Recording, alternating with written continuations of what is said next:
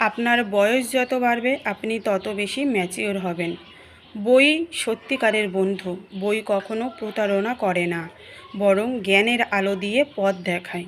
পরিবার ও অর্থই সবচেয়ে বেশি গুরুত্বপূর্ণ। বন্ধু, গ্ল্যামার বা সামাজিক মর্যাদা ক্ষণস্থায়ী, কিন্তু পরিবার ও অর্থ দীর্ঘমেয়াদে আপনাকে আগলে রাখে। বাড়ির মতো আপন কোনো জায়গা নেই। দুনিয়ার যেখানেই যান, মানসিক শান্তির ঠিকানা একটাই, সেটা হলো নিজের ঘর। হৃদয়ভঙ্গ ও ব্যর্থতা জীবনেরই অংশ। এগুলো এড়ানো নয়, বরং শেখার সুযোগ হিসেবে দেখাই শ্রেয়। কেউ পরিশ্রম দেখে না, সবাই শুধু ফলাফল দেখে। সফল হলে প্রশংসা, ব্যর্থ হলে সমালোচনা। তাই নিজের জন্যই পরিশ্রম করুন। নিজের সঙ্গে সম্পর্ক সবচেয়ে গুরুত্বপূর্ণ।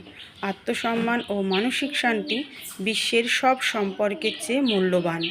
বন্ধুত্ব চিরস্থায়ী নয়। জীবনের পথে অনেক ঘনিষ্ঠ বন্ধুও সময়ের সঙ্গে দূরে চলে যায়। শারীরিক ব্যায়াম চাপ কমায়। শুধু ফিটনেসের জন্য নয়, মানসিক প্রশান্তির জন্য ব্যায়াম করা জরুরি।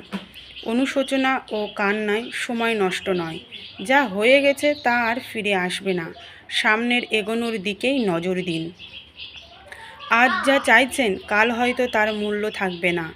মানুষের চাহিদা বদলায়, তাই আবেগের বশে সিদ্ধান্ত না নেওয়াই ভালো। আপনার সিদ্ধান্তই জীবন গড়ে দেয়, ভাগ্য নয়।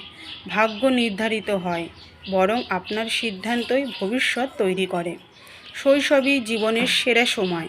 দায়িত্বহীন নির্মল আনন্দের সেই দিনগুলো আর কখনোই ফিরে আসে না।